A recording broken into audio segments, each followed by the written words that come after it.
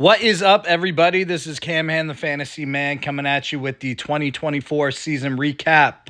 We're here. We're done with the 2024 season, as I talked about last week.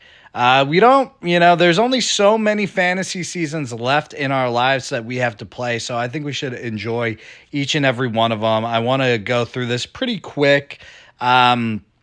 I showed you the, in that intro, we did a little bit of every fantasy video that I've done this week. I just did a little clip from each intro. So just want to show you guys that. And we have a lot to get through, a lot of interesting stuff. So let's get to it. Another reminder that next Sunday, this upcoming Sunday, December 22nd, we will be doing football at FCHS at 11 a.m. I'm going to start recruiting. I'm going to start talking to people and see what's up. Big shocker, I messaged Will and to see if he was available this Sunday to play. Did he respond? No, he didn't. So we got a little fraud watch already going with Will. But let's start off. Excuse me, I had a burp.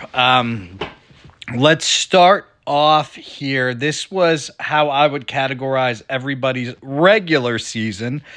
Keep in mind, I'm filming this before the end of week one because I just wanted to get that fresh take right after the regular season and not let the postseason affect it. But Dylan, legendary season. It will be remembered forever. It is the best season to date. Great season from Matt. Again, I do think this one will be remembered, especially if he wins a championship. But great regular season from Matt, putting up a ton of points. A good season from Ashton, Hunter, Cameron Broker, and hear me out. I'm putting Preston in the good because it's his first season, and I think he had a good first season. So I think it's fair to say, even though he didn't make playoffs, he was very close. He had more points than Doug and some others in the playoffs. I would say he had a good first season. Then you got the Doug tier, not good, not bad, and then you have the bads of me and Greg. I think you can look back at me and Greg's draft and really see why we didn't fulfill our potential. And then you have legendarily bad. You have Sam with 2 wins, Will with 2 wins. Sam might have 3 wins. I think he has 2 though.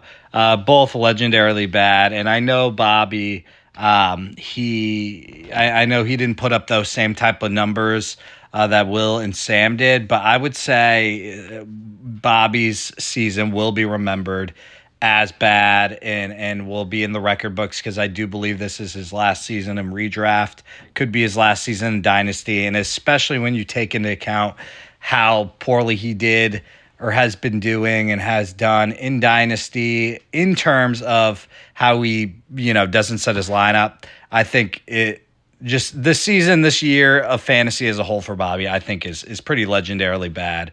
Again, given the fact that he has continuously not set his lineup and all the shenanigans that has gone through with him, I realize he did decent in redraft and he's doing very well in Dynasty playoffs, but still legendarily bad. I just want to give you guys an update on their guy. This is, these are some of the new guys that have been acquired over the season. Will has always been an Amon-Ra and Randy guy. That's nothing new, but I would say Kyron and Tank Bigsby have entered into his roster of guys. Hunter, as we all know, big AB, always been a Jerry Jeudy guy, always been a CeeDee Lamb guy, has last 2 seasons been a big Ken Walker guy, but I would say officially this year he has become a Nico, Joe Burrow, and James Cook guy. If you're going with Ash, any Georgia guy is his dude. CJ Stroud, not really sure why, but CJ Stroud and Joe Burrow have always been his guys. And then I would say JSN, Roma Dunze, Bryce Hall this season have entered into Ashton guy range. And then Greg's guys, David Montgomery, RIP, the knee, Gabe Davis, Josh Allen, those have always been his guys. But I think there's been a very clear changing of the guard for Greg where Anthony Richardson is his guy to the day that Greg dies. The other week when I was in town, Greg was really talking up Anthony Richardson to me, saying how sick he was. And I was just sitting there, I was listening, and I was like, this is Greg's guy. I'm like, Anthony Richardson is Greg's guy now. Jayden Reed, Greg has been famously has been comparing Jayden Reed to Tyreek Hill. He loves Jayden Reed. And then Xavier Worthy is also officially right up Greg's alley. This stereotypical Greg boomer bust guy. Xavier Worthy fits that mold for Greg. This is a little snippet, I'll call it. Preston did this. This is the strength of schedule. So to explain this, if everybody had Will's schedule, they would average 4.5 wins.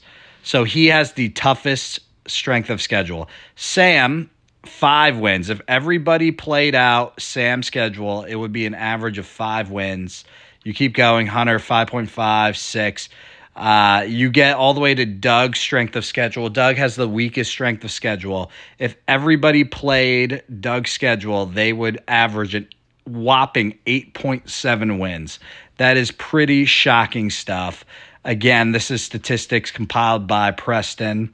Really the first person ever in the league to actually help me with a video, Preston, giving me some statistics there. So that is your strength of schedule based on what other teams would score given your schedule on average. Interesting findings. Again, Preston did all this schedule comparing for me. He found that Dylan would have only won 13 games with his schedule. But he makes playoffs in all scenarios. So even given Will's tough schedule, Dylan does make playoffs. He goes 8-9 with Will's schedule. Will only gets 2 wins with his schedule. So the only time Will would, the only schedule that Will would get 2 wins with is his own. Now he would, if given Hunter's schedule, randomly get 3 wins. We're not saying that Will's, cranking into any playoff matchup, we're not saying that Will's making playoffs with whatever, Hunter's or Preston's schedule or something. But we are saying it is pretty absurd that the only schedule that Will would have gotten 2 wins with is his own. I would have had, I believe, 7, 8, or 6 wins, no matter whose schedule I had, 6, 7, or 8.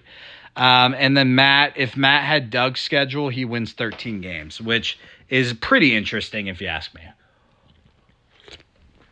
Those were just some key takeaways. All right, we're going to go into luckiest. We have some stats to back this up, but Doug, we are going with luckiest. He would have missed playoffs if he had 7 of the 12 other schedules. So Doug's schedule was one of 5 schedules that would have got him into the playoffs. That's pretty lucky. By far the least amount of points for a playoff team. So his points for is the lowest out of all the playoff teams. He led the league in small margin victories, so he had a lot of wins by small margins. We covered that in a couple videos ago. He made the Waddle for Nacua terrible trade. He traded Nacua for Waddle. That was a horrific trade, but still he made it, so that's pretty lucky. And I don't think he got any major injuries during the regular season. I'm sure Doug will correct me if I'm wrong, but again, off the top of my head, I don't think Doug had any major injuries. Could totally be off there. We're going to go Will, most unlucky. Will would make playoffs with 4 I got distracted by his video there. Will would make the playoffs if he were one of 4 other teams. His schedule is the only one where he would have gotten 2 wins. By far the most amount of points against. And he had a ton of big-time injuries. I won't get into them, but Stephon Diggs, off the top of my head, I can't remember. There were a lot of big-time injuries. And he's an ugly guy. He's not very good-looking, so you got to kind of put that up there. Nothing he can do about that, but that's just unlucky. But I would really say a ton of big-time injuries, highest points against. Those are really his big things, and he's ugly, of course. This is pretty much a copy and paste, but we're gonna go with Amon-Ra for Diggs and Deontay Johnson as being the most lopsided trade this year. Olave for Zay Flowers and Addison. I mean, that's very close. I mean, Ash getting Zay Flowers and Addison for Olave is very close. You could argue that's it. And then also Nakua for Waddle was an absolute fleece. Again, Will, I believe, fleecing Doug for Waddle, most improved. Dylan, not going to talk about that much. We already covered that. Least valuable player. This is a copy and paste from the midseason video, but you could argue Sam, but given the expectations for Bobby and the antics that he had kind of gone, the antics about, all the not saying the lineup, the falling asleep at the wedding, stuff like that, I will give Bobby LVP over Sam because of the expectation and because of the antics. Not many Sam antics. MVP, Dylan, of course, best record of all time. Historic turnaround. Now, this is a little bit of a rehash from the midseason thing. Bobby falling asleep is the top dab. Ashton's fantasy draft meltdown, number 2. Hunter for saying drafting Neighbors and Harrison was threatening the integrity of the league. That now that I'm reading that out loud, I mean, Neighbors was great this year. Harrison was disappointing, but that's not as egregious. But still, whatever. That's big time dabs. Probably not top 5. I probably should have amended that. Greg for not playing soccer in the soccer league. Greg will make up all kind of arguments. The bottom line is soccer's fun. Watching football with your friends after playing soccer is fun. The soccer team needs Greg. It's phenomenal weather outside. Great exercise. It's top 5 dabs that Greg didn't play soccer. There's no doubt about it. Sorry, Greg. And then Will for his constant hating on dabs and his inability to recognize his own dabs. I laid into Ashton last week, and Ash took it. He said, hey, I got to be better. He said those dabs were deserved. I lay into Will. I just make fun of Will a little bit for not taking the trash out. It's anarchy. He wants to burn the whole fantasy league to the ground due to the dabs that I gave him. So I'm putting that up there. I would say just the rise of Will's toxicity and his lack of dab remorse, and then also just his dab radar is also terrible. What he thinks is dabs, what he doesn't think is dabs is pretty crazy. He was saying that what Ash did didn't deserve dabs, but even Ash agreed that it did. So just everything dabs related with Will is dabs. In strays from this week, I wasn't going to count any dabs for this week, but anonymous source sent me some of these. Doug for borrowing Will's guitar and never using it. I was told that Doug borderline begged to borrow Will's guitar, and then he borrows Will's guitar and doesn't touch it for like 5 weeks or 3 weeks or something. So Doug just borrowed the guitar and just sitting collecting dust. That's pretty hilarious. And then Hunter for violently shaking Greg and causing him to spill his drink all over the room. 7 dabs. That sounded hilarious. I guess Hunter walked up to Greg while he was holding a drink, just started shaking him violently, and then Greg's drink just starts spilling everywhere. That's pretty hilarious. I could totally imagine that happening. And so those were just some strays that, again, an anonymous source sent me. Won't say who. 10 dabs I never used. So this goes, I had notes on my phone. I'm going to hide it for a sec. I had notes on my phone chronicling dabs that I could use for later videos because I was always afraid, since I'm not incoming anymore, of running out of dabs. Luckily, you guys were a fountain of dabs this year. And so there's so many dabs that I never even had to go into my bag of backup dabs. So this is basically the top 10 in no order of dabs that I never used from my bag. And there were more than this. These were just the best 10. I thought I was Hitler and Secret Hitler when I wasn't. Some of you might remember this. This was honestly probably one of the biggest dab moments of the year. But we were playing Secret Hitler at Grand Forest Pool. The whole time I thought I was Hitler, and I wasn't. So when I was elected chancellor, I stood up, I high-fived Doug, I high-fived everybody. I was like, we won, baby. And my fellow people on my team were like, what? It was mass confusion. It was super awkward. Again, if you guys were there, just for clarity, for maybe someone sensitive like Matt, this is just a game. Or Ashton, this is just a game. It's called Secret Hitler. And anyway, it was hilarious. Logan, I had a ton of Logan fantasy shenanigans that I didn't even bring up this week. But Logan, for those of you who might not know, quit the league because he didn't know enough about football. That's what he said. He's like, hey, I don't know enough about football. I'm not going to play this year. He then proceeds to backseat drive me all year in fantasy, giving me advice, telling me whatever, criticizing my choices, whatnot. While he quit the league because he doesn't know ball, he's backseat driving me. He constantly complained about that trade I made last year with Davante Adams, where I got Davante Adams from him, and just completely blamed it all on me. Said I trade raped him. Said, "Oh, you just took advantage of me. You did this. You did that." And I'm like, Logan, like, take some accountability here, buddy. Like, we're like 12 weeks into the season. Like, this is not all on me. It's not like you agreed to that trade. So anyway, that's crazy. And then Logan also, as we said, he rage quit the league and then he instantly regretted it. He clearly regretted quitting the league and was having FOMO, for sure. Greg and Doug for their back and forth with me while bowling. Early in the year, I got like 10 texts from both Giles brothers. They were clearly beefing while bowling. It all started while Greg was, they all, flooded me with these texts. I guess Greg was taking a long time to bowl and he needed to go up and bowl. And Tyler was like, Greg, go bowl. And then Greg proceeded to get mad at Tyler for telling him to go bowl.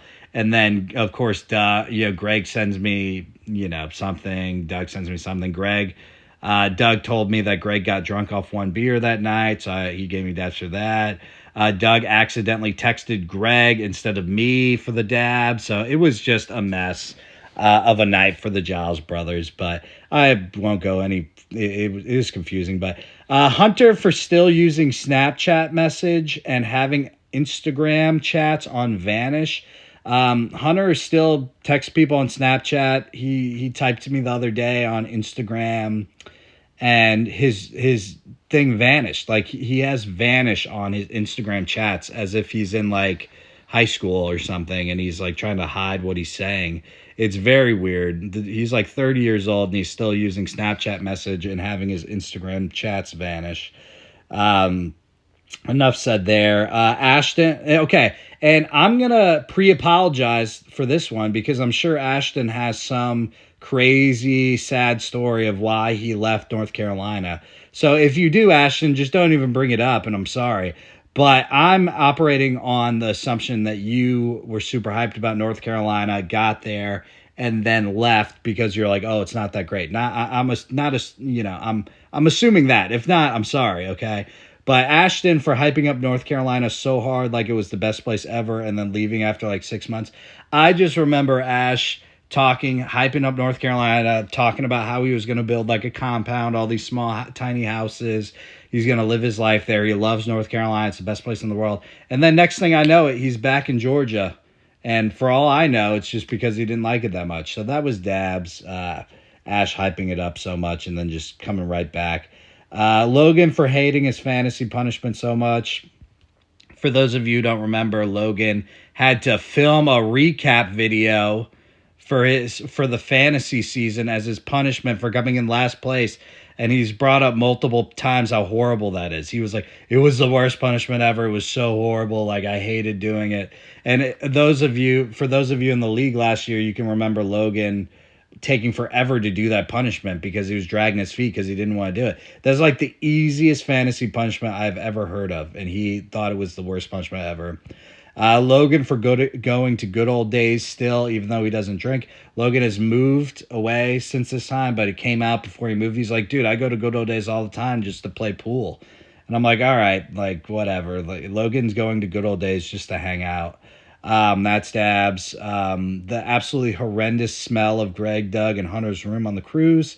On my bachelor cruise, Greg, Doug, Hunter, and Tyler shared a room, and you could not stay in there for more than 3 minutes. It smelled like it smelled like it had been fumigated. Like, it smelled horrible. It was radiating smell. I could walk down the hallway and smell their room like 15 doors before their room actually got there. It was the craziest thing. I couldn't believe they were sleeping in there.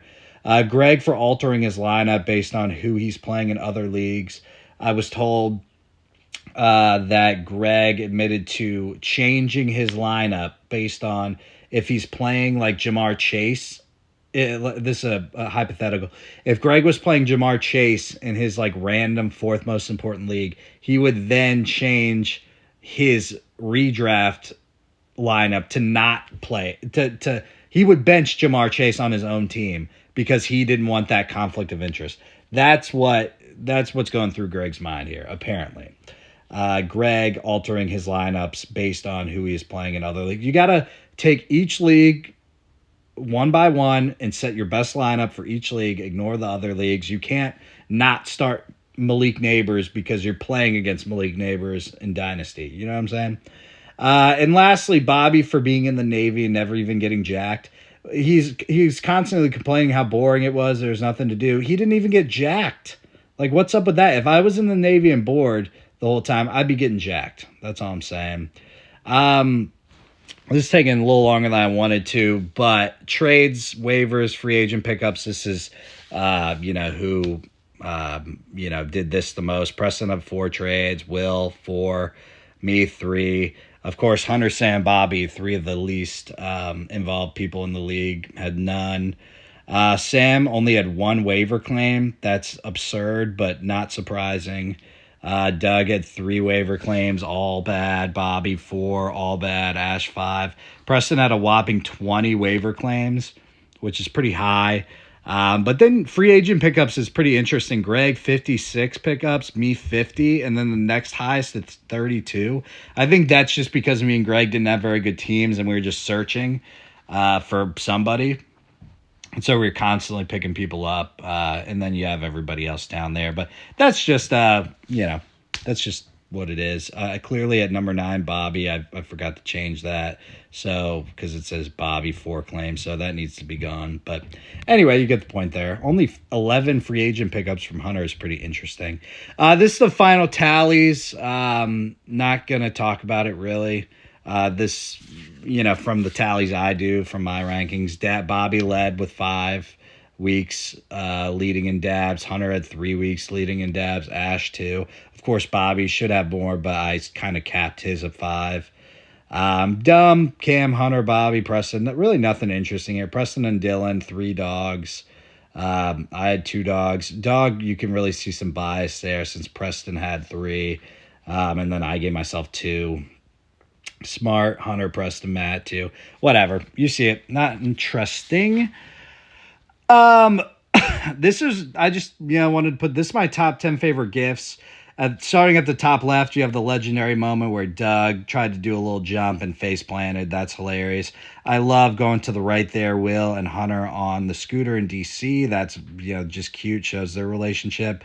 I think the third one of Hunter and Logan arm wrestling, I love that one because it just shows you how weak Hunter is, I guess, because Logan just easily beats him in arm wrestling with no try at all, like he's doing against a toddler, so that's hilarious. Doug dunking on Dylan to the right. I mean, how often do you catch like a real poster like that, a real athletic moment? I just think that's a phenomenal gif.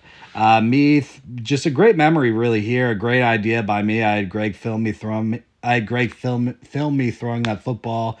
I never regretted that phenomenal idea. Khan falling down in the bottom left is a legendary moment, hilarious. And then also in high school, it's a video from high school, him hurting himself. I loved using that for injury luck. Dylan and Rue dancing on the high school football field. The lore there is hilarious. Oh, Caitlin's leaving. Dylan and the, okay, Caitlin keeps texting me. Dylan and the mother sharing a cigarette at Chaplin's is hilarious. And then Camacho eating raw pasta. I love those gifts. All right. Lastly, random rankings. These are 3 phenomenal random rankings put forth by very qualified people who could raise a baby featuring Preston, meaning Preston came up with this list. You have me, 1 Hunter 2, 3, Greg, 4, Ashton, Matt 5. And these all live in the same category, again, put forth by Preston, who is a father and is having another baby in January. And he said with those 5 people, no significant issues. The baby would certainly live to adulthood and probably thrive even with those 5 people. Broker, Will, Dylan, and Doug, the kid would have some issues. There would be a number of incidents, maybe like some droppings, some cigarette burns, some, I don't know. I mean, the incidences are numerous. But the child would live under the care of Broker, Will, Dylan, and Doug. And then Bobby would have to give up custody for the child to live. I believe that's very accurate. Bobby can't even set his own fantasy lineup, let alone feed a child. So I thought that was great. We got Greg. I texted him, what did you want to do? Because Greg hasn't, done anything yet this year. Survivor rankings. Greg's super into Survivor right now. And I love his rankings. He puts Doug at 1. He said this. Greg said this. Probably overrated. But Doug's watched it a lot, so therefore he has an advantage. He would be strong in games. Great, Doug, he thinks Doug would have good strategy and would be decent socially. I think Doug would lack in social and strategy, and he'd be fine at games. Greg, I was so flattered. This is the nicest thing Greg's ever said to me. Same as Doug. He called me a master strategist. Great socially. I couldn't agree more. I think I would be great on Survivor. And for those of you who don't know, Survivor is not really necessarily about actual survival skills. It's more of a reality game show. Matt, number 3, he's smart. He's athletic, so he'd be pretty good at games. It seems like a nice guy. I agree with that. Greg, great at challenges, solid socially, but Greg says about himself, not the best. Like, he'd just be solid. Hunter, decent at games. He would be great socially, but Greg feels as though that other people would be threatened by Hunter because other people would be threatened by him. They'd be like, oh, Hunter's a little dangerous, too likable. Greg thinks that is what would kick Hunter off. And so I kind of interpreted that as to mean Greg doesn't think Hunter has great strategy. Because if Hunter had very good strategy, he would kind of be able to avoid the negative side effects that come with people liking him. So anyway, Hunter would be great socially, good at games, but Greg thinks his strategy would lack a little bit. Therefore, other people would vote him off because they were kind of scared of him. Dylan and Preston are the same here. Greg feels that Preston and Dylan are great, would be very good at games, but physically they're a threat. And normally, I agree with Greg from what I've seen, normally big kind of athletic guys, especially Dylan with the long hair, they kind of are threatened just because you're a big athletic guy. They are kind of threatening, so they often vote those people off early. I think that's fair. Broker, good at challenges, but, Greg's not sure how to do socially. Will, he could be decent at challenges, but he would get played by his allies. Will lacking strategy. Also, I think Greg's kind of insinuating that Will is maybe a little gullible. Ashton would let his emotions get the best of him and take things too personally. That would rub people the wrong way. I think Ashton would try a little bit too hard socially. And I don't know. I don't disagree with Greg there. Sam is not an athlete and not terrific socially either. And then Bobby this is Greg's words, wouldn't be good at challenges, and he would make everybody else mad by the lack of effort and too much sleeping and eating. Lastly, everybody loves this segment. Who would Caitlyn want to date her sisters? I had Caitlyn do this ranking last year. It caused a lot of controversy. Will is up from like the 3rd spot at number 1. 2 is Riley. Riley wasn't on there before. Dylan is number 3. Dylan was 3 last year. Doug is down. Doug was number 1. Doug goes down to number 4. I don't know what Doug had done to make Caitlyn mad, but Doug is shot down the rankings. Hunter is up. Hunter famously was number 9 last year, was very upset about it. Now Hunter's up at number 5. Ashton, number 6, which is up from, I don't know. Matt, number 7. He wasn't in it. Greg and Logan are both down from their previous rankings. Broker wasn't on there. Bobby in last place. Can't say I don't agree. So it was a great season. I might do another video. I might not. We'll see. But I'm excited to see you guys on Sunday. I'm sure Ashton will not be there, but the Sunday before Christmas, next Sunday, we'll be doing football. Good video. Talk to you guys later.